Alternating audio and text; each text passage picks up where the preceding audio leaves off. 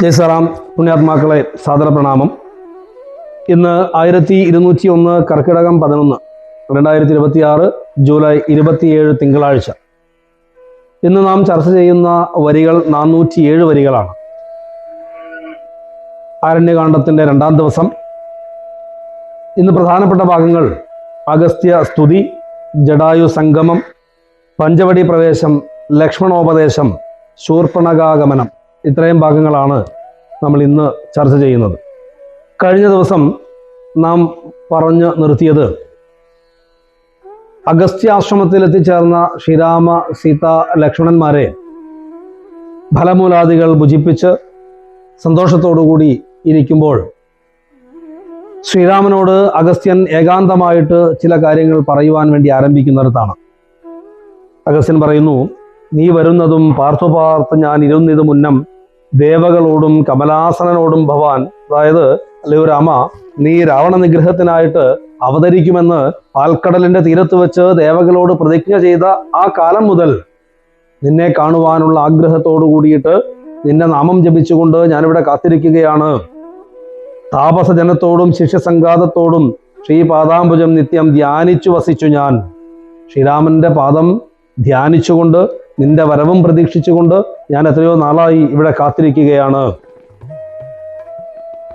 അതിനുശേഷം അഗസ്ത്യൻ ശ്രീരാമനെ സ്തുതിക്കുന്നു. എന്താണ് മായ, എന്താണ് മൂലപ്രകൃതി, എന്താണ് എന്നും അതുപോലെ തന്നെ മഹത്തത്വം, അഹങ്കാരം, സംസാരം, സൂക്ഷ്മതന്മാത്രകൾ, സാത്വികം, രാജസം, താമസം തുടങ്ങി ഒട്ടനവധി തത്വബോധത്തെ അഗസ്ത്യൻ ഇവിടെ സൂചിപ്പിക്കുന്നുണ്ട്.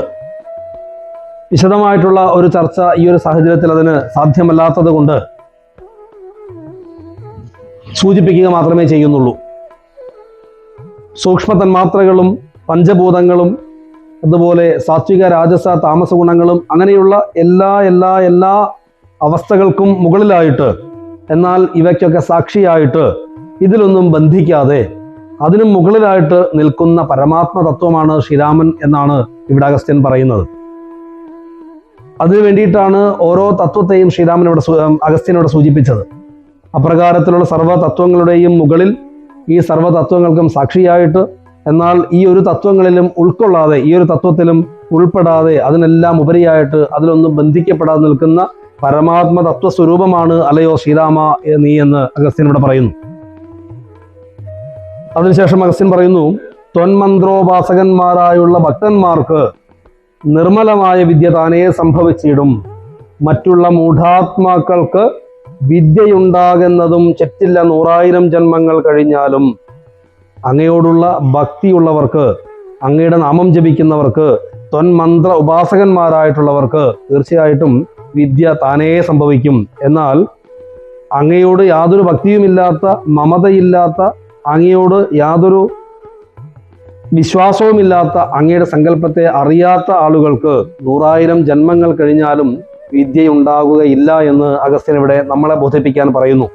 അപ്രകാരത്തിൽ ഒട്ടനവധി കാര്യങ്ങൾ ശ്രീരാമസങ്കല്പത്തിൽ അഗസ്ത്യൻ പറഞ്ഞതിന് ശേഷം അവസാനമായിട്ട് കൂട്ടിച്ചേർക്കുകയാണ്.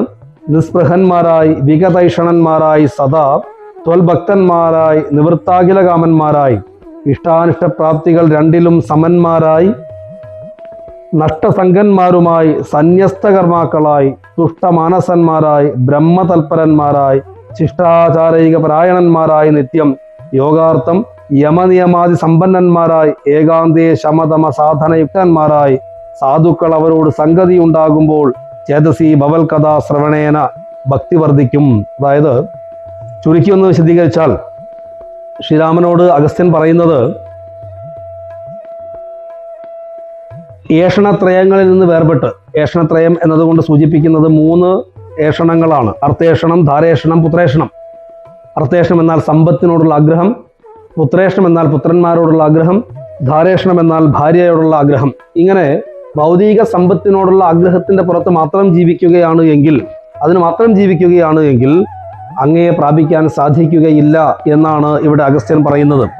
അതുമാത്രവുമല്ല, ഏഷണത്രയത്തിൽ നിന്ന് വേർപെട്ടുകൊണ്ട് ഒന്നിലും ആശയില്ലാതെ ഭക്തന്മാരായിട്ട് ഇഷ്ടാനിഷ്ടങ്ങളിൽ, ഇഷ്ടവും അനിഷ്ടവും സംഭവിച്ചാലും അതിൽ സമഭാവനയോടുകൂടി സന്തുഷ്ട മനസ്സോടു കൂടിയിട്ട് യമനിയമാദികൾ, അഷ്ടാംഗ നിയമങ്ങളായിട്ടുള്ള യമനിയമാദികളും ശമതമാദികളും ശീലിച്ച് ബ്രഹ്മധ്യാനത്തിൽ തൽപരരായിരിക്കുന്നവരാണ് സാധുക്കൾ.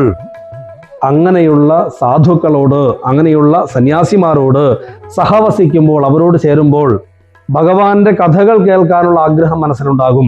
നോക്കൂ, ഇവിടെ എങ്ങനെയാണ് മോക്ഷത്തെ പ്രാപിക്കേണ്ടത് എന്നുള്ളതാണ് അഗസ്ത്യൻ രാമന്റെ മുമ്പിൽ വെച്ച് നമ്മളോട് ഉപദേശിക്കുന്നത്. അഗസ്ത്യൻ പറയുന്നത് എല്ലാ പ്രാരബ്ധങ്ങളെയും എല്ലാ ഭൗതികതകളെയും എല്ലാം മാറ്റിവെച്ചുകൊണ്ട്, അതല്ല തൻ്റെ ധർമ്മമെന്ന് തിരിച്ചറിഞ്ഞുകൊണ്ട് ഭഗവാന്റെ ലീലയനുസരിച്ച് ചിന്തിച്ച് ആ സങ്കല്പത്തിൽ നിൽക്കുന്ന സാധുക്കൾ, അങ്ങനെയുള്ള സന്യാസിമാർ, ആ സാധുക്കളോട് ചേർന്ന് നിൽക്കുമ്പോൾ ഭഗവാന്റെ കഥ കേൾക്കുവാനുള്ള ആഗ്രഹം മനസ്സിലുണ്ടാകും. ഭഗവാന്റെ കഥകൾ കേൾക്കുമ്പോൾ തീർച്ചയായിട്ടും ഭക്തി വർദ്ധിക്കും. ഭക്തി വർദ്ധിക്കുമ്പോഴാവട്ടെ വിജ്ഞാനമുണ്ടാകും. വിജ്ഞാനമുണ്ടായാൽ തീർച്ചയായിട്ടും അതിൻ്റെ അകക്കാമ്പ് അഥവാ ജ്ഞാനത്തെ സൃഷ്ടിക്കാൻ സാധിക്കും. അപ്രകാരത്തിൽ ജ്ഞാനം സിദ്ധിച്ചാൽ മാത്രമാണ് മോക്ഷമുണ്ടാകുന്നത്. അതിനാൽ അങ്ങയോടുള്ള ഭക്തിയും സ്നേഹവും എപ്പോഴും എൻ്റെ മനസ്സിലുണ്ടാകുവാൻ വേണ്ടി അല്ലയോ രാമ എന്നെ അനുഗ്രഹിക്കണമേ എന്ന് അഗസ്ത്യൻ ഇവിടെ രാമനോട് പറയുന്നു. അഗസ്ത്യൻ രാമനോട് പറയുന്നത് തൻ്റെ ഉള്ളിൽ എപ്പോഴും ഭക്തി ഉണ്ടാകണമെന്നാണ്.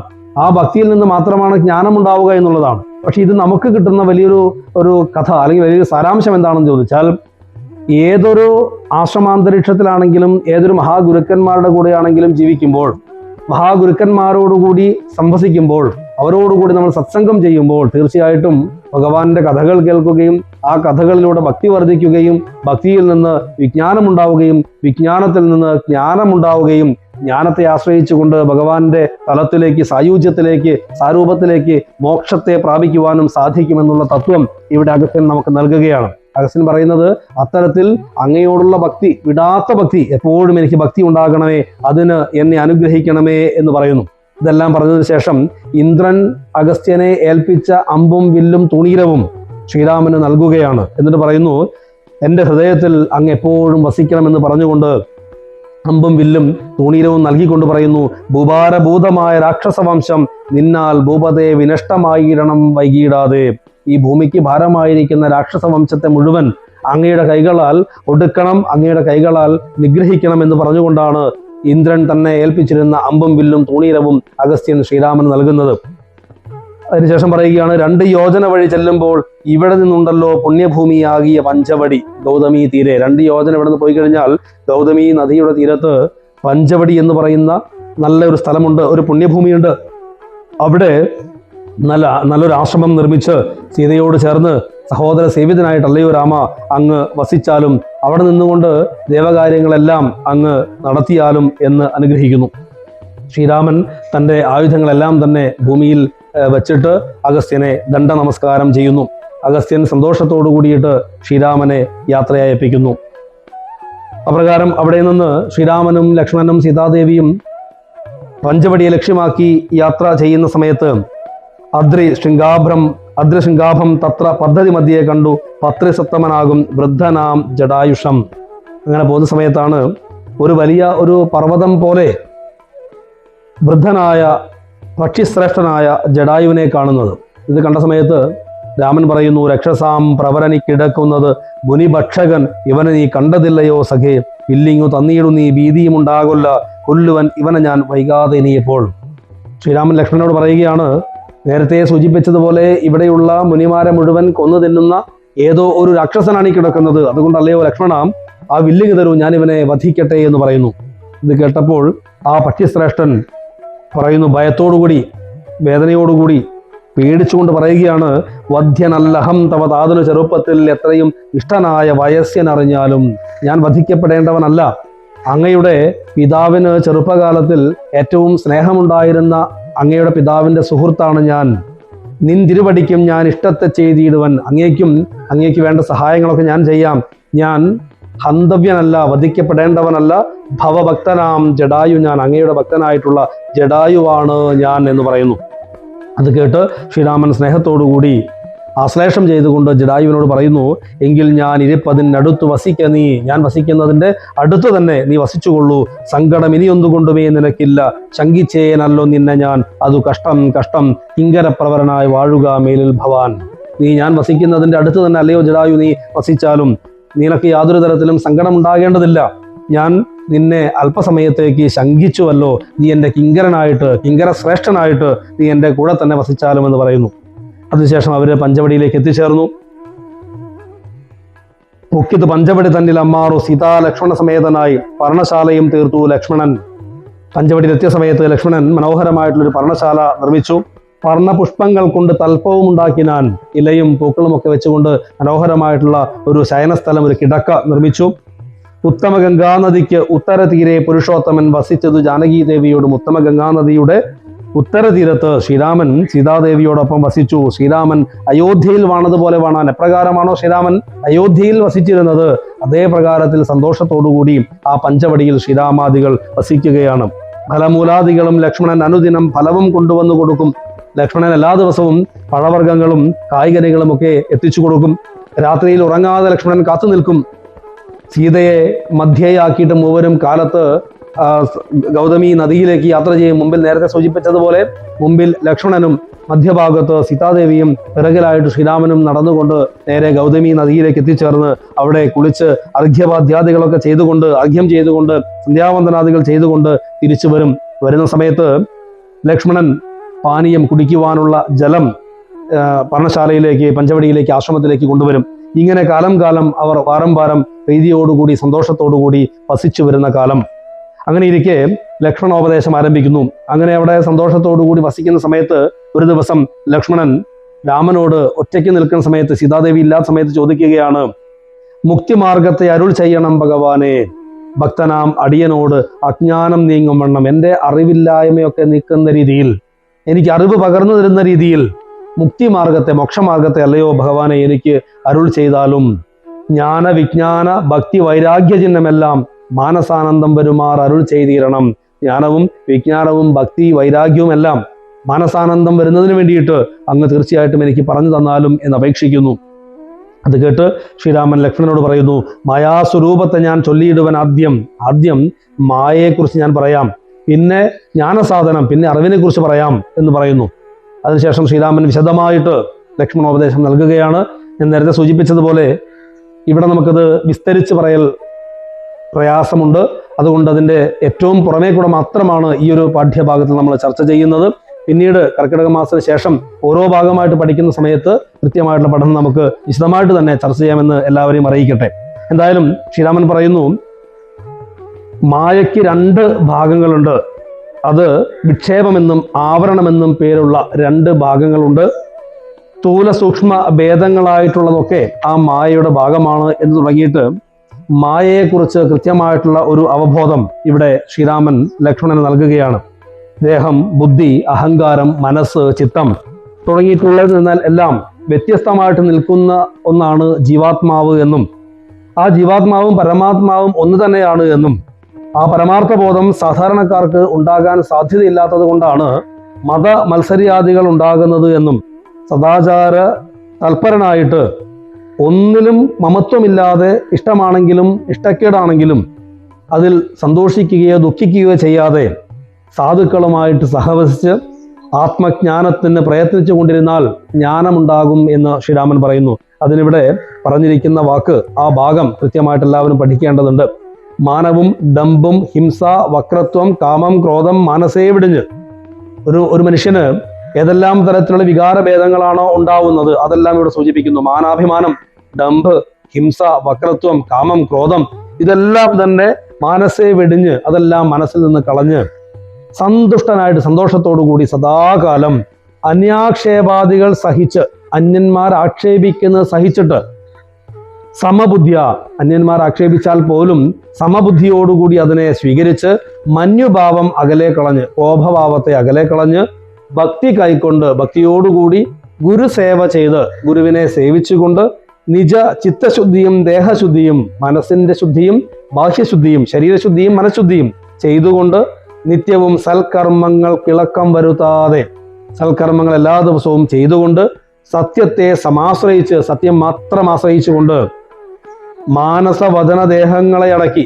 മനസ്സിന്റെയും വാക്കിന്റെയും ദേഹത്തിന്റെ അഥവാ കർമ്മത്തിന്റെയും ഒക്കെ വിഷയങ്ങളെ അടക്കിക്കൊണ്ട് ജനന ജരാമരണങ്ങളെ ചിന്തിച്ചുള്ളിൽ അനഹങ്കാരത്വേന സമഭാവനയോടും ഷഡ്ഭാവ ഭേദവികാരങ്ങളൊന്നുമില്ലാതെ സമഭാവനയോടുകൂടി അതിനെല്ലാം, ജനനമാണെങ്കിലും മരണമാണെങ്കിലും അതിനെല്ലാം സമഭാവനയോടുകൂടി സ്വീകരിച്ച് സർവദാ രാമ രാമേതി അമിത ജപത്തോടും എപ്പോഴും രാമ രാമ എന്നുള്ള മന്ത്രത്തെ അമിതമായി ജപിച്ചുകൊണ്ടും പുത്രധാരാർത്ഥാദിഷു നിസ്നേഹത്വവും പുത്രനെന്നോ ഭാര്യയെന്നോ ബന്ധുജനങ്ങളെന്നോ എന്നുള്ള ആ അമിതമായിട്ടുള്ള ഭാവമില്ലാതെ, ശക്തിയും ഒന്നെങ്കിലും കൂടെ ഒന്നിനോടും ആസക്തിയില്ലാതെ, ഇഷ്ടാനിഷ്ടപ്രാപ്തിക്ക് ഇഷ്ടമാണെങ്കിലും അനിഷ്ടമാണെങ്കിലും തുല്യഭാവത്തോടുകൂടി സന്തുഷ്ടനായി എല്ലാ സന്തോഷത്തോടു കൂടിയിട്ട് വിവിക്ത ശുദ്ധസ്ഥല, ഏറ്റവും ശുദ്ധമായിട്ടുള്ള സ്ഥലത്ത് വസിക്കണം.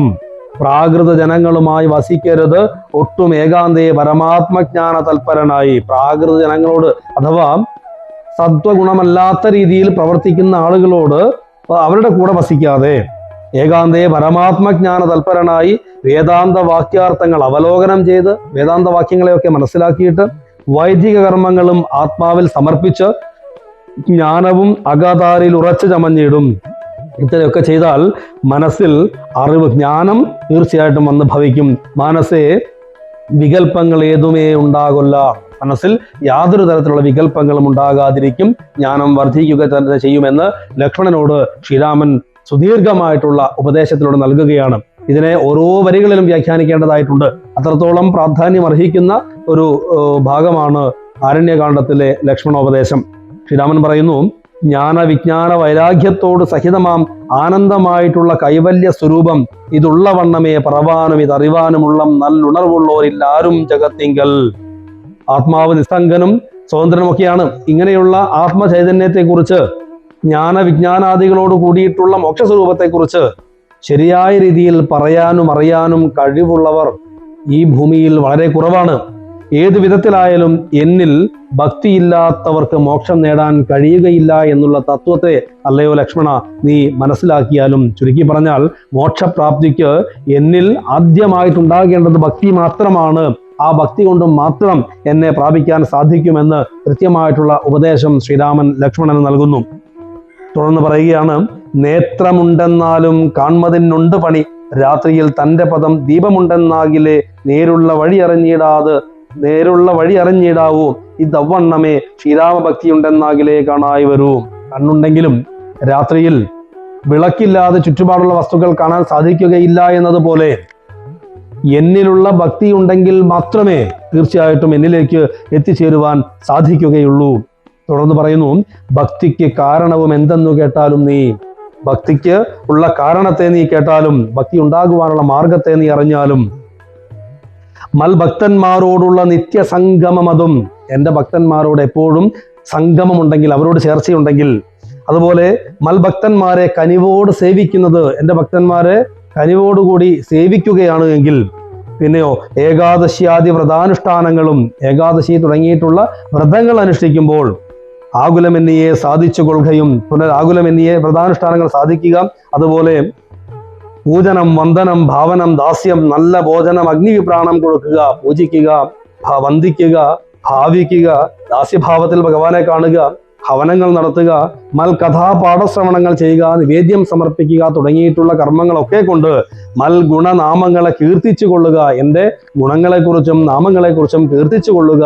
ഇങ്ങനെയെല്ലാം ചെയ്യുന്ന ജനങ്ങൾക്ക് ഒരന്തരം വരാതൊരു ഭക്തി ഉണ്ടാകും. അവർക്ക് തീർച്ചയായിട്ടും അവസാനമില്ലാത്ത ഭക്തി, യാതൊരു തരത്തിലും നശിക്കാത്ത ഭക്തി ഉണ്ടാകും. ഭക്തി വർദ്ധിച്ചാൽ പിന്നെ മറ്റൊന്നും വരേണ്ടതില്ല. ഭക്തി വർദ്ധിച്ചാൽ പിന്നെ ഒന്നും തന്നെ വരേണ്ടതില്ല. ഉത്തമോത്തമന്മാരായുള്ളവരല്ലോ, ഉത്തമോത്തമന്മാരായിട്ടുള്ളവരാണ് അവർ. ഭക്തി വർദ്ധിച്ചു കഴിഞ്ഞാൽ അവരാണ് ഏറ്റവും ശ്രേഷ്ഠർ. ഭക്തിയുക്തന് ജ്ഞാന വൈരാഗ്യങ്ങൾ സദ്യ സംഭവിച്ചിടുമെന്നാൽ മുക്തിയും വരും. ഭക്തി നേടിയവന് ജ്ഞാന വൈരാഗ്യ ബുദ്ധി വളരെ പെട്ടെന്ന് തന്നെ സംഭവിക്കും. അതുകൊണ്ട് അവർക്ക് വളരെ പെട്ടെന്ന് തന്നെ മുക്തിയും സംഭവിക്കും. മുക്തിമാർഗം താവക പ്രശ്നാനുസാരവശാൽ ഉക്തമായത് നിനക്കെന്നാലേ ധരിക്ക നീ, വക്തവ്യമല്ല നൂനം എത്രയും ഗുഹ്യം മമ ഭക്തന്മാർക്കൊഴിഞ്ഞുപദേശിച്ചിടരുതല്ലോ. ഈ പറയുന്ന തത്വത്തെ എൻ്റെ ഭക്തന്മാർക്ക് മാത്രമേ നീ പറഞ്ഞു കൊടുക്കാവൂ. എൻ്റെ ഭക്തന്മാരല്ലാത്തവരോട് ഇത് പറഞ്ഞു കൊടുത്തത് യാതൊരു കാര്യവുമില്ല. അതുകൊണ്ട് ഭക്തന്മാരോട് ഈ കാര്യങ്ങൾ പറഞ്ഞു കൊടുക്കുക, ഭക്തി ഇല്ലാത്തവരെ ഭക്തിയിലേക്ക് എത്തിക്കുക. നിത്യമായി പാഠം ചെയ്യൽ അജ്ഞാനം അകന്നു പോകും. ഈ ഒരു ഉപദേശം നിത്യം പഠിക്കുന്നവന്റെ അജ്ഞാനം അകന്നു പോകും. ഭക്തി സംയുക്തന്മാരാം യോഗീന്ദ്രന്മാർക്ക് നൂനം ഹസ്ത സംസ്ഥിതയല്ലോ മുക്തി എന്നറിഞ്ഞാലും. പരമഭക്തന്മാരായുള്ള യോഗീന്ദ്രന്മാർക്ക് മോക്ഷം അവരുടെ കയ്യിൽ തന്നെയുണ്ട് എന്ന് പറയുകയാണ്. ശൂർപ്പണഖ അതിനുശേഷം ശൂർപ്പണഖാഗമനമാണ്. ശ്രീരാമൻ ലക്ഷ്മണന് മഹത്തരമായിട്ടുള്ള ഉപദേശം നൽകി കഴിഞ്ഞു. പിന്നീട് അത്തരം സൗമിത്രിയോട് പറഞ്ഞുകൊണ്ടിരിക്കുന്ന സമയത്ത് അല്പസമയം ശ്രീരാമൻ വിശ്രമിച്ചു. ആ സമയത്താണ് ഗൗതമീ തീരെ മഹാകാനനെ പഞ്ചവടി ബോധലെ മനോഹരെ സഞ്ചരിച്ചിടുന്നൊരു യാമിനീചരി ജനസ്ഥാനവാസിനിയായ കാമരൂപിണി കണ്ടാൾ കാമിനി വിമോഹിനി. ശ്രീരാമൻ അങ്ങനെ വിശ്രമിച്ചിരിക്കുന്ന സമയത്ത് ഗൗതമീ തീരത്തുകൂടി ജനസ്ഥാനവാസിനിയും യഥേഷ്ടം രൂപം മാറാൻ കഴിവുള്ളവളുമായിട്ടുള്ള രാക്ഷസി അവിടെ വന്നു. പങ്കജ ധ്വജ കുലിശാങ്കുശാങ്കിതങ്ങളായി ഭംഗി തേടിയിടും പദപാദങ്ങൾ അതുനേരം പാദസൗന്ദര്യം കണ്ടു മോഹിതയായി. അവിടെ ആ പഞ്ചവടിയുടെ ഭൂമിയിൽ താമര, കൊടിക്കൂറ, വജ്രം, തോട്ടി തുടങ്ങിയിട്ടുള്ള മനോഹരമായിട്ടുള്ള ലക്ഷണങ്ങളുള്ള പാദത്തിൻ്റെ കാൽപ്പാട് അവിടെയുള്ള മണ്ണിൽ കണ്ടപ്പോൾ അത്രയും ശ്രേഷ്ഠനായിട്ടുള്ള ആരോ ഇവിടെ ഉണ്ട് എന്ന് തിരിച്ചറിഞ്ഞിട്ട് ആ രാക്ഷസി ശ്രീരാമനെ കാണുവാനായിട്ട് വരികയാണ്. രാമന്റെ ആശ്രമത്തിലേക്ക് എത്തിച്ചേർന്നു. സീതാസമേതനായിട്ട് സന്തോഷത്തോടുകൂടി ഇരിക്കുന്ന ശ്രീരാമനെ കണ്ട ശൂർപ്പണഖ പുഞ്ചിരിച്ചുകൊണ്ട് പറയുന്നു, ഇവിടെ ശൂർപ്പണഖ തൻ്റെ യഥാർത്ഥ രൂപത്തിലല്ല വരുന്നത്. യഥേഷ്ടം രൂപം മാറുവാൻ കഴിവുള്ള ആ ശൂർപ്പണഖ അതിസുന്ദരിയായിട്ടുള്ള വേഷത്തിലാണ് രാമന്റെ മുമ്പിലേക്ക് എത്തിച്ചേർന്നത്. സുന്ദര വേഷത്തോടും മന്ദഹാസവും പൊഴിഞ്ഞ് ഇന്ദിരാവരനോട് മന്ദമായുര ചെയ്താൻ ശ്രീരാമനോട് പറയുന്നു, ആരടോ ഭവാൻ ചൊല്ലിയിട് ആരുടെ പുത്രൻ എന്നും, അല്ലയോ അങ്ങ് ആരാണ്, ആരുടെ മകനാണ്, എന്താണ് ഇവിടേക്ക് വരുവാൻ കാരണമെന്നും അങ്ങ് പറഞ്ഞാലും, എന്തുകൊണ്ടാണ് ജടാവൽക്കലാദികൾ ധരിച്ചിരിക്കുന്നത് എന്ന് പറയണം, എന്തുകൊണ്ടാണ് താപസവേഷം ധരിച്ചിരിക്കുന്നത് എന്നും പറഞ്ഞാലും ഞാൻ ആരാണ് എന്നുള്ളത് ആദ്യമേ തന്നെ പറയാം. കാരണം അങ്ങ് കുറച്ച് കഴിയുമ്പോൾ എന്നോട് ചോദിക്കുമല്ലോ. അത് പറഞ്ഞതിന് ശേഷം ശൂർപ്പണഖ പറയുന്നു, രാക്ഷസേശ്വരനായ രാവണ ഭഗിനി ഞാൻ ആഖ്യയാ ശൂർപ്പണഖ. ഞാൻ രാക്ഷസേശ്വരനായ രാവണന്റെ സഹോദരിയാണ്. എൻ്റെ പേര് ശൂർപ്പണഖ എന്നാണ്. ഖരദൂഷണ തൃശിരാക്കളായിട്ടുള്ള സഹോദരന്മാരോടുകൂടെ ജനസ്ഥാനത്താണ് ഞാൻ വസിക്കുന്നത്. നിന്നെ ആരാണ് എന്നറിയാത്തത് കൊണ്ടാണ് ഞാനിപ്പോൾ ചോദിക്കുന്നത്. യഥാർത്ഥം നീ പറഞ്ഞാലും എന്ന് ശൂർപ്പണഖ പറയുന്നു. അത് കേട്ടിട്ട് ശ്രീരാമൻ പറയുന്നു, സുന്ദരി കേട്ടുകൊള്ളുക, ഞാൻ അയോധ്യാധിപതി നന്ദനൻ ദാശരഥി രാമൻ എന്നല്ലോ നാമം. ഞാൻ അയോധ്യാപതിയായിട്ടുള്ള ദശരഥന്റെ മകനായ രാമനാണ്. എൻ്റെ ഭാര്യയായിരിക്കുന്ന സീതയാണ് കൂടെയുള്ളത്. അടുത്തു തന്നെ നിൽക്കുന്നത് എൻ്റെ സഹോദരൻ ലക്ഷ്മണനാണ്. എന്നെ കൊണ്ട് നിനക്ക് എന്ത് കാര്യമാണ് നേടാനുള്ളത് എന്ന് അല്ലയോ നീ പറഞ്ഞാലും. ഇത് കേട്ടിട്ട് ശൂർപ്പണഖ പറയുന്നു, എന്നോട് കൂടെ പോന്ന് രമിച്ചു കൊള്ളണം നീ, നിന്നെയും പിരിഞ്ഞു പോവാൻ മമ ശക്തി പോരാ, എന്നെ നീ പരിഗ്രഹിച്ചിടണം മടിയാതെ. നീ എൻ്റെ കൂടെ വന്ന് താമസിക്കണം, എനിക്ക് നിന്നെ വിവാഹം കഴിക്കണം, നീ എൻ്റെ കൂടെ ജീവിക്കണം എന്ന് പറയുന്നു. ഇത് കേട്ടിട്ട് ശ്രീരാമൻ സീതാദേവിയെ ഒന്ന് കടക്കണ്ണ് കൊണ്ട് നോക്കി പുഞ്ചിരിക്കുന്നു. കാരണം സീതാദേവിയോട് അവിടെ കടക്കണ്ണ് കൊണ്ട് നോക്കി പുഞ്ചിരിക്കുന്നു പറയാനുള്ള കാരണം, അതിമനോഹരിയായുള്ള രൂപത്തിലാണ് ഇവിടെ ശൂർപ്പണഖ വന്നിട്ടുള്ളത്. ആ ശൂർപ്പണഖ ഇത് പറഞ്ഞ സമയത്ത് സീതാദേവിയുടെ മനോഭാവം എന്താണ്, അല്ലെങ്കിൽ സീതാദേവിക്ക് ദുഃഖമുണ്ടാകുമോ എന്നുള്ള ചിന്ത കൊണ്ടാണ് രാമൻ അത് പറഞ്ഞത്. എന്നിട്ട് പറയുന്നു, ജാനകി തന്നെ കടാക്ഷിച്ച് പുഞ്ചിരി പൂണ്ടും മാനവവീരൻ അവളോട് അരുൾ ചെയ്തിടിനാനും, ഞാൻ തപോധന വേഷം ധരിച്ച് ഓരോ കാട്ടിലൂടെ നടക്കുകയാണ് സദാകാലം. ജാനകിയാകുന്ന അഥവാ ജാനകി എന്ന പേരുള്ള, സീത എന്ന പേരുള്ള ഇവൾ എൻ്റെ പത്നിയായിട്ട് എൻ്റെ കൂടെ ഉണ്ട്. അതുകൊണ്ട് എനിക്ക് നിന്നിൽ യാതൊരു ആഗ്രഹവുമില്ല. എന്നാൽ നീ ഒരു കാര്യം കേൾക്കൂ, ലക്ഷ്മണൻ മമ ഭ്രാത സുന്ദരൻ മനോഹരൻ, ലക്ഷ്മി ദേവിക്ക് തന്നെയൊക്കും നീ എല്ലാം കൊണ്ടും, നിങ്ങളിൽ ചേരുമേറെ നിർണയം മനോഹരെ, സംഘവും നിന്നിലേറ്റം വർദ്ധിക്കും അവനടോ. എൻ്റെ കൂടെ എൻ്റെ സഹോദരനുണ്ട്, അവൻ ഒരുപക്ഷെ നിന്നെ സ്വീകരിച്ചേക്കും. കാരണം ലക്ഷ്മി ദേവിയെ പോലെ സുന്ദരിയായ നിനക്ക് എല്ലാം കൊണ്ടും യോഗ്യനായിട്ടുള്ള ഭർത്താവ് എൻ്റെ അനുജനായ ലക്ഷ്മണൻ തന്നെയാണ്. നിങ്ങൾ തമ്മിൽ നല്ല ചേർച്ചയുമുണ്ട്. അതുകൊണ്ട് നിന്റെ ആഗ്രഹം നീ അവനോട് അറിയിക്കൂ എന്ന് ശ്രീരാമൻ ശൂർപ്പണഖയോട് പറയുന്നു. അത് കേട്ട് ശൂർപ്പണഖ നേരെ ലക്ഷ്മണന്റെ സമീപത്ത് ചെന്ന് ഭർത്താവാകണമെന്ന് അപേക്ഷിക്കുന്നു. അത് കേട്ട് ലക്ഷ്മണൻ ശൂർപ്പണഖയോട് ചിരിച്ചുകൊണ്ട് പറയുന്നു, എന്നുടെ പരമാർത്ഥം നിന്നോട് ഞാൻ പറഞ്ഞിടാം, മന്നവനായ രാമൻ തന്നുടെ ദാസൻ ഞാനോ ധന്യേ, നീ ദാസിയാവാൻ തക്കവളല്ലയല്ലോ. അല്ലയോ, ഞാൻ ശ്രീരാമന്റെ ദാസനാണ്, എന്നാൽ അവിടുന്ന് അഥവാ ദാസിയാവാൻ വേണ്ടിയിട്ട് ഉള്ള ആളല്ല എൻ്റെ മുമ്പിൽ നിൽക്കുന്ന അങ്ങ്. കാരണം അതിമനോഹരിയായ രൂപത്തിലാണല്ലോ വന്നിരിക്കുന്നത്. രാവണന്റെ സഹോദരിയാണെന്ന് പറയുകയും ചെയ്തു. അതുകൊണ്ട് രാമന്റെ ദാസനായി നിൽക്കുന്ന എൻ്റെ ഭാര്യയായി കഴിഞ്ഞാൽ നീ ദാസി വൃത്തി ചെയ്യേണ്ടി വരും. അതുകൊണ്ട് ദാസിയാവേണ്ടവളല്ല നീ. അതുകൊണ്ട് എന്നെ സ്വീകരിക്കണമെന്നുള്ള, എന്നെ ഭർത്താവായിട്ട് സ്വീകരിക്കണമെന്നുള്ളതിൻ്റെ ആഗ്രഹം ഒഴിവാക്കിയാലും എന്ന് പറയുന്നു. എന്നിട്ട് വീണ്ടും പറയുകയാണ്, ലക്ഷ്മണൻ ശൂർപ്പണഖയോട് പറയുന്നു, നീ ഒരു കാര്യം ചെയ്യൂ, ജഗദീശ്വരനായ രാമനോട് നിന്റെ കുലശീല മഹിമകളൊക്കെ വർണ്ണിക്കൂ. അപ്പോൾ അത് കേട്ടിട്ട് തീർച്ചയായിട്ടും രാമൻ നിന്നെ സ്വീകരിക്കും എന്ന് പറഞ്ഞ് വീണ്ടും ശൂർപ്പണഖയെ രാമന്റെ സമീപത്തേക്ക് പറഞ്ഞു വിടുന്നു. ശൂർപ്പണഖ പറയുന്നു, എന്നെ നീ പരിഗ്രഹിച്ചിടുക, നല്ലു നിനക്ക് ഒന്നുകൊണ്ടുമേയൊരു സങ്കടമുണ്ടായി വരാം മന്നവ. ഗിരിവന ഗ്രാമദേശങ്ങൾ തോറും എന്നോടുകൂടെ നടന്ന് ഓരോരോ ഭോഗമെല്ലാം അന്യോന്യം ചേർന്ന് ഭുജിക്കായി വരും അനാരതം. അല്ലയോ രാമ, നമുക്ക് ഈ കാട്ടിൽ എല്ലാവിധ സുഖ സൗകര്യങ്ങളോടുകൂടിയും ജീവിക്കാം, നീ എന്നെ സ്വീകരിച്ചാലും എന്ന് പറയുന്നു. അത് കേട്ടിട്ട് ശ്രീരാമൻ ശൂർപ്പണഖയോട് പറയുകയാണ്, ഒരുത്തനായാൽ അവനരികെ ശുശ്രൂഷിപ്പാൻ ഒരുത്തി വേണം, അതിനിവളുണ്ട് എനിക്കിപ്പോൾ. ഒരുത്തി വേണം, അവൻ അതിനാരെന്ന് തിരഞ്ഞിരിക്കും നേരമിപ്പോൾ. നിന്നെയും കണ്ടുകിട്ടി വരുത്തും ദൈവമൊന്ന് കൊതിച്ചാൽ ഇനി നിന്നെ വരിച്ചുകൊള്ളും അവനില്ല സംശയമേതും. ഒരുത്തനായാൽ അവന്റെ അരികെ ശുശ്രൂഷിപ്പാൻ വേണ്ടി ഒരുത്തി വേണം എന്നുള്ളതാണ് ശാസ്ത്രം. ഇവിടെ അങ്ങനെ ഒരു ഒരുത്തിയായിട്ട് എനിക്ക് സീതാദേവിയുണ്ട്. എന്നാൽ ലക്ഷ്മണന്റെ കൂടെ അങ്ങനെ ഒരുത്തി ഇല്ലല്ലോ എന്ന് ദുഃഖിച്ചിരിക്കുന്ന സമയത്ത്, അഥവാ മനസ്സിൽ അങ്ങനെ ഒരു ആഗ്രഹമുള്ള സമയത്താണ് നീ വന്നു ചേർന്നിട്ടുള്ളത്. അതുകൊണ്ട് നീ അവനോട് വീണ്ടും പോയിട്ട് പറയൂ എന്ന് പറയുന്നു. ഇത് കേട്ട് ദുഃഖിച്ച മനസ്സോട് കൂടിയിട്ട്, അല്പം ദേഷ്യത്തോടു കൂടിയിട്ട് തന്നെ ശൂർപ്പണഖ വീണ്ടും ലക്ഷ്മണന്റെ സമീപത്ത് എത്തി.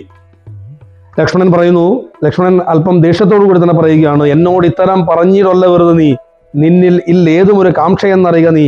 മന്നവനായ രാമൻ തന്നോട് പറഞ്ഞാലും. വീണ്ടും രാമനോട് പറയാൻ വേണ്ടിയിട്ട് പറയുന്നു. അത് കേട്ട് ശൂർപ്പണഖ വീണ്ടും രാമന്റെ സമീപത്തേക്ക് ചെല്ലുന്നു. ഇങ്ങനെ അങ്ങോട്ടും ഇങ്ങോട്ടും പോയത് കൊണ്ട്, വീണ്ടും വീണ്ടും അങ്ങോട്ടും ഇങ്ങോട്ടും തട്ടിക്കളിച്ചത് കൊണ്ട് യാതൊരു ഫലവുമില്ല എന്ന് മനസ്സിലായപ്പോൾ ശൂർപ്പണഖയുടെ ഭാവം മാറി. കാമവും നിരാശയും അഭിമാനഹാനിയും കൊണ്ട് കോപാക്രാന്തയായ അവൾ തൻ്റെ യഥാർത്ഥ രൂപത്തിലേക്ക് വരികയാണ്.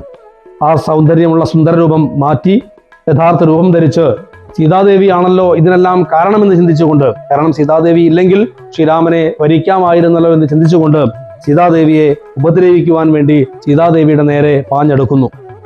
രാമൻ അവളെ തടുത്തു നിർത്തി. ഇതെല്ലാം കണ്ടു നിൽക്കുകയായിരുന്ന ലക്ഷ്മണൻ കുതിച്ചു ചാടി വന്ന് തൻ്റെ വാളൂരി ശൂർപ്പണഖയുടെ മൂക്കും മുലയുമെല്ലാം, കാതും മൂക്കും മുലയുമെല്ലാം തന്നെ അരിഞ്ഞ് നിലത്തിട്ടു. ശൂർപ്പണഖയുടെ നിലവിളി ലോകമെല്ലാം പ്രകമ്പനം കൊണ്ടും അറ്റുലിക്കൊണ്ടു. നീലപർവ്വതത്തിന്റെ മുകളിൽ നിന്ന് പൊട്ടിപ്പുറപ്പെട്ട് 4-5 വഴിയായിട്ട് ഒഴുകിയിറങ്ങുന്ന ഒരു അരുവിയാറ് പോലെ ചോരയൊലിപ്പിച്ചുകൊണ്ട് കാളരാത്രിയെ പോലെ ഭയങ്കരിയായി തീർന്ന ആ രാക്ഷസി വേഗത്തിൽ അവിടെ നിന്നും തൻ്റെ സഹോദരന്മാരുടെ സമീപത്തേക്ക് ഓടിപ്പോവുകയാണ്.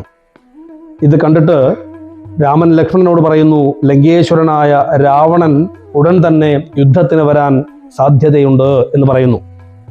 ഇത്രയും ഭാഗമാണ് നമ്മൾ ഇന്ന് ചർച്ച ചെയ്യുന്ന പ്രധാനപ്പെട്ട ഭാഗങ്ങൾ.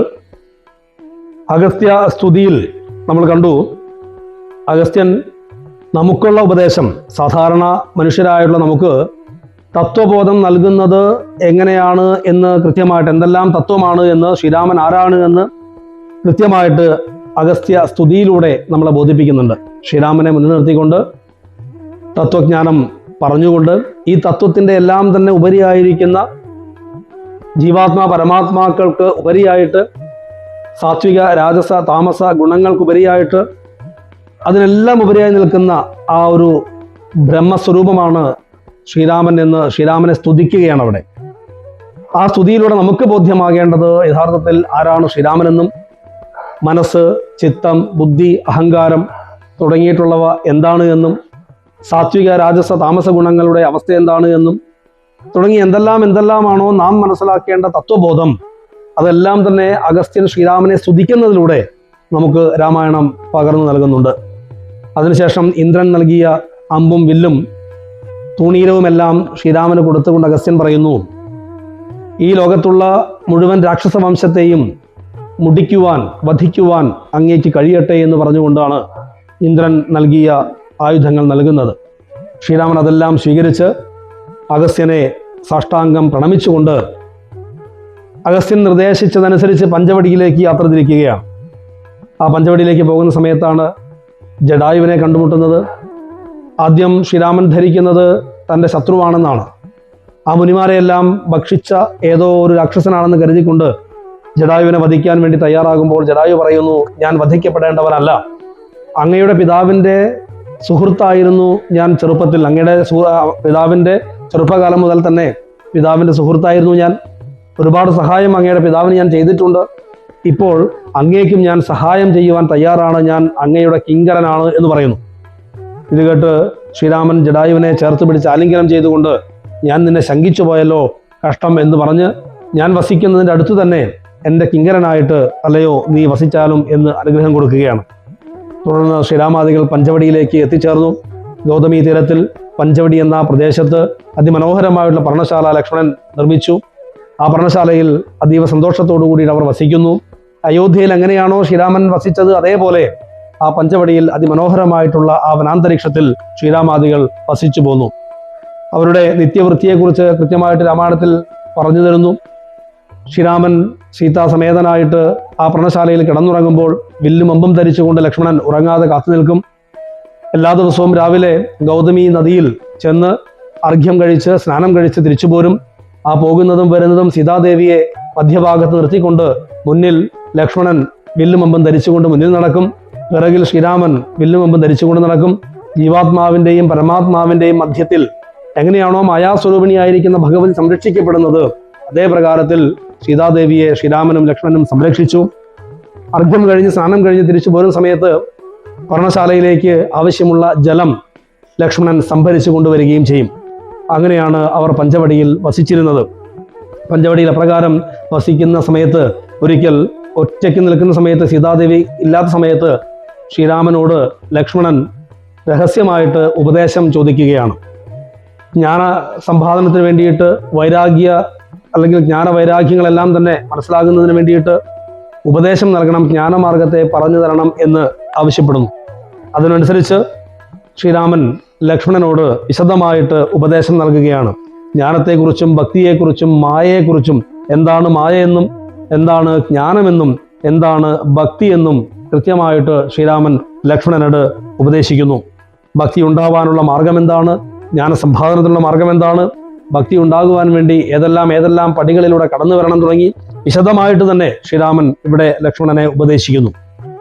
അപ്രകാരം ലക്ഷ്മണോപദേശമെല്ലാം കഴിഞ്ഞ് ശ്രീരാമൻ ഇങ്ങനെ വിശ്രമിക്കുന്ന സമയത്താണ് ശൂർപ്പണഖയുടെ വരവ്.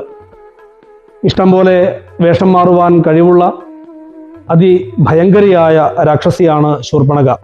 ശൂർപ്പണഖ അവിടെ എത്താനുള്ള കാരണം തന്നെ പഞ്ചവടിയുടെ സമതലത്തിൽ അവിടെ ഗൗതമി തീരത്തുള്ള ആ മണലിൽ ഒരു വിശേഷപ്പെട്ട പാതുകത്തിൻ്റെ അടയാളം കാണുകയാണ്. താമരയും കൊടിക്കൂറയും വജ്രവും തോട്ടിയുമെല്ലാം ഉള്ള ഒരു മനോഹരമായിട്ടുള്ള പാതുകത്തിൻ്റെ അടയാളം, പാദത്തിൻ്റെ അടയാളം ആ മണ്ണിൽ കണ്ടപ്പോൾ ഈ ശ്രേഷ്ഠൻ ആരാണ് എന്നറിയാൻ വേണ്ടിയിട്ടാണ് ശൂർപ്പണഖ രാമചന്ദ്ര ആശ്രമത്തിലേക്ക് എത്തുന്നത്. അവിടെ എത്തുമ്പോൾ അതിസുന്ദരിയായ സീതാദേവിയോടൊത്ത് ശ്രീരാമനെ കാണുന്നു.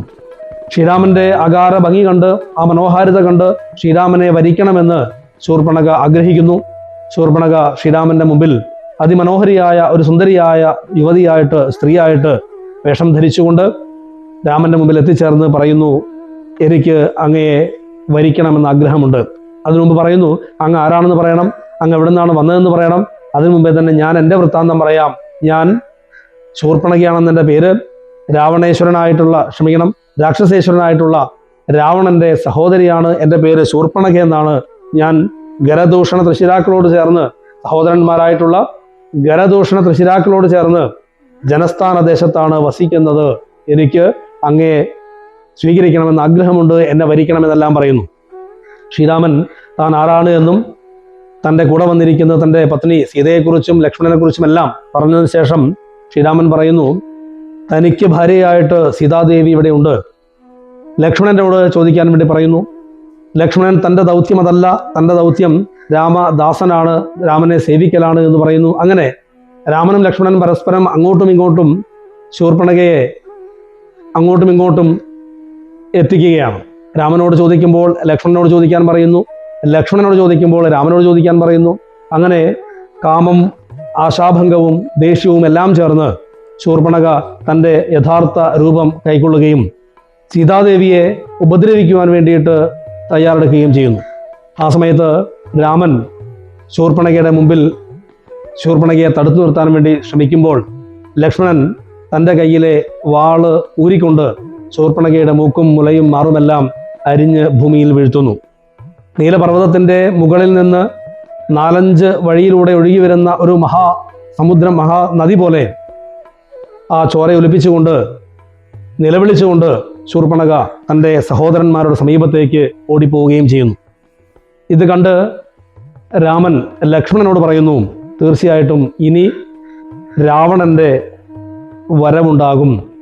രാവണൻ തീർച്ചയായിട്ടും നമ്മളെ മുമ്പിൽ വരിക തന്നെ ചെയ്യും, ഇതിന് പകരം ചോദിക്കാനായിട്ട് എത്തിച്ചേരുക തന്നെ ചെയ്യും എന്ന് രാമൻ ലക്ഷ്മണനോട് പറയുകയും ചെയ്യുന്നു. ഇത്രയും ഭാഗമാണ് നാം ഇന്ന് ചർച്ച ചെയ്തത്.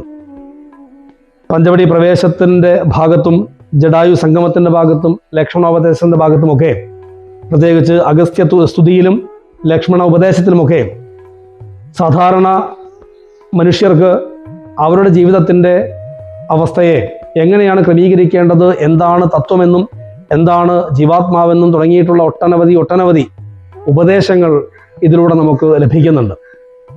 ഈയൊരു രാമായണ സാരം എന്നുള്ള ഈയൊരു ഭാഗത്ത് നമുക്കെല്ലാം സവിസ്തരം വർണ്ണിക്കുവാൻ സാധ്യമല്ല.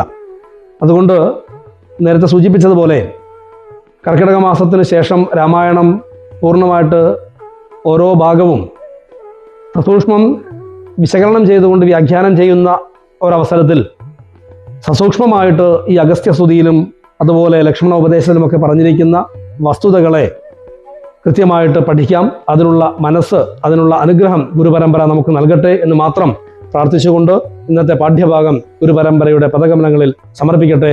ജയ് സീതാറാം. മംഗളം കൗസലേന്ദ്രായ മഹനീയ ഗുണാത്മനേ ചക്രവർത്തി തനൂജായ സർവഭൗമായ മംഗളം. ഓം ശ്രീ ഹനുമത്സേവിത സീതാരാമചന്ദ്ര ഭഗവാൻ കീ ജയ.